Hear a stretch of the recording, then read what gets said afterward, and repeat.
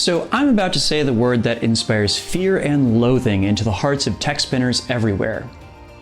Toroids. What on earth is a toroid, and why do they have such a bad reputation? That's the topic of this video. Drex here from Drex Factor Poi, sharing with you the love of poi spinning and flow arts to benefit your body and brain, and today I'm playing one of the old hits of the tech poi world. Before we dive in, I just want to give a quick shout out to the friends of the channel. Big thanks to Dark Monk, Fire Mecha, Flow Fests, Flow Toys, Juggling Calling, Pyroterra Light Toys, Spinballs, and Ultra Poi for helping to make the videos on this channel possible. You can learn more about all these amazing businesses and what they're doing to support flow artists like yourself by checking out the links that I've got down in the description of this video. And special thanks to non-business friends of the channel, Johnny Howard, Lane Machinsky, and Becca Bekkonen. Thank you all so very much for your support for my work and my mission. So before anything else, we should probably start with the obvious.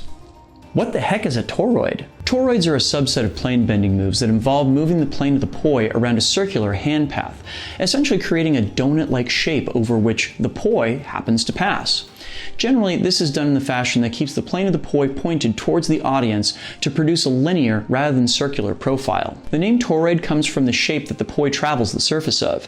Namely, mathematicians refer to the shape of a donut as a torus and transformations of it as toroids. Hence, the name that we apply to these patterns. In much the same way that Zan's diamond has come to be shorthand for any pattern made of linear extensions that traces the perimeter and transits of a diamond with poi, toroids also became generalized over time to be shorthand for just about any use of plane bending with the edge of the poi plane pointed toward the audience, whether the toroid shape was at the core of this pattern or not. But there were considered to be three canonical types of toroids that were essentially applications of how we think of flowers mapped onto a 3D space.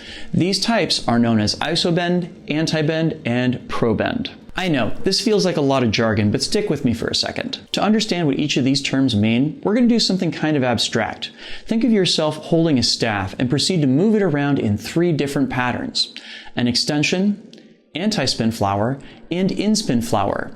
These all map more or less onto things that we're already familiar with in the poi world. Now, what if instead of a staff, we were instead talking about the plane of a poi? That is, all the positions that the poi goes through as it spins around your hand. I generally visualize this like a hula hoop that hovers with my hand in the center of it.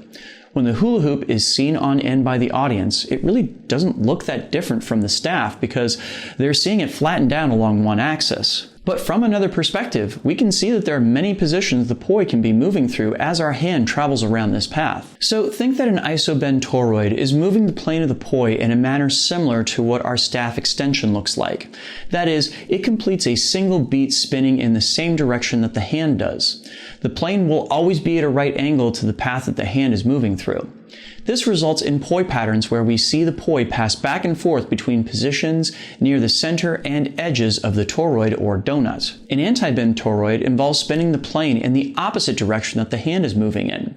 It's the equivalent of that anti-spin flower we looked at with our staff just a moment ago, and when done continuously, results in patterns in which the poi is always spinning along the outside rim of the toroid or donut. A probend toroid involves spinning the plane in the same direction that the hand is moving in, but completing more beats than the hand in the same amount of time. This is the equivalent of that in-spin flower we did with the staff, and results in patterns where the poi is always spinning along the center edge of the toroid or donut. Still confused? I'd be happy to do an overview video of just the concepts behind these toroids alone to explain them in more detail. Let me know if you'd like to see that by leaving a request in the comments. This may be the first time that you're hearing the term or even being made aware of the concept. So how did this bizarre corner of the tech poi world go from ubiquitous to practically unknown in just a few short years? First, let's start with where they came from. There are several antecedents for toroids, including some of the plane bent shapes that old school poi spinner Arashi was known for back in the late 2000s, and a variety of different atomic poi tricks. But the vocabulary and theory around toroids coalesced around a handful of tech spinners in the Mid-Atlantic region and New England back in the summer, fall, and winter of 2010. Including myself. Over the course of a series of both in-person gatherings and online posts, this small brain trust outlined the idea of conceptualizing the plane of the poi as a prop to be spun in its own right, and created a variety of shapes based in this concept to share with the broader poi world. And this started a brief craze in which toroids became one of the hot moves in the tech poi world, led by contributions from Charlie Cushing, Eric de Guzman, Tom Grenier, and many others. Toroids became both a hot commodity as well as a framework that lots of tech spinners loved to hate. So the thing about toroids is that they are extremely difficult to do in a fashion that is both clean as well as pleasing to the eye. They require a type of movement and relationship from the hand and poi that is completely outside the normal skills that one learns spinning traditional flowers and weaves. Even learning to do basic isobends, the most intuitive of all the patterns, requires rewriting one's understanding of where the poi is and will be traveling to. Consequently, a lot of the work produced on the topic was, to be very charitable, a little inelegant. You get lots of videos featuring toroid-based tricks where you had to have some fairly detailed knowledge of the topic to understand the spinner's intent. To those who weren't in on the idea, a lot of it just looked like straight-up gibberish. There were outliers, of course. Eric de Guzman's videos showcased toroid versions of classic flowers that were astoundingly clean, and Tim Goddard found ways to turn the unpredictability of plane work in toroids into a feature instead of a bug with his work on tape deck toroids. But there was a large part of the tech poi community that looked at the work being done with toroids and simply opted out. They hated how the difficulty of the technique around it resulted in so many sloppy patterns, as well as a name that, let's be real, sounds uncomfortably like hemorrhoids. 2013 was the year the circus craze began among American poi spinners, and it quickly resulted in even many of the die-hard toroid enthusiasts switching to juggling, three-poi, or other fashionable new applications for tech poi in the ensuing years, with content related to toroids running more or less dry by the following year. And I think it's a shame personally. I think there was a lot more potential to explore interesting new applications for poi that just never really got its shot because the techniques for achieving it came with such a steep learning curve. Jugglers always talk about the amount of time necessary to train for each trick, and I can't help but wonder if someone spent as much time grinding on toroids as they did on Seb's mess, whether we wouldn't have gotten some really impressive new tech out of it. But hey, maybe toroids are due for a comeback. I discovered several months ago that they make for a great way to do timing and direction changes that put less strain on the shoulders than stalls do, to say nothing of the fact that many dance-based poi styles happen in a much more three-dimensional environment that toroids might be a great fit for. But what do you think? Are toroids a lost gem of the tech poi world that are due for some rediscovery? Are they a bizarre misfit that rightly ended the first tech poi wave? Would you like to see more content around them?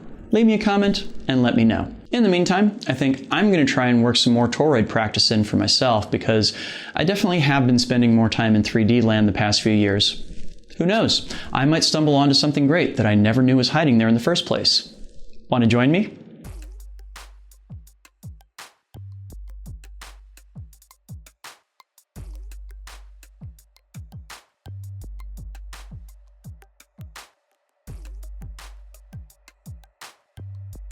Did you get anything out of this video? Please make sure to like, comment, share, and subscribe to keep the conversation going and help other people find this video.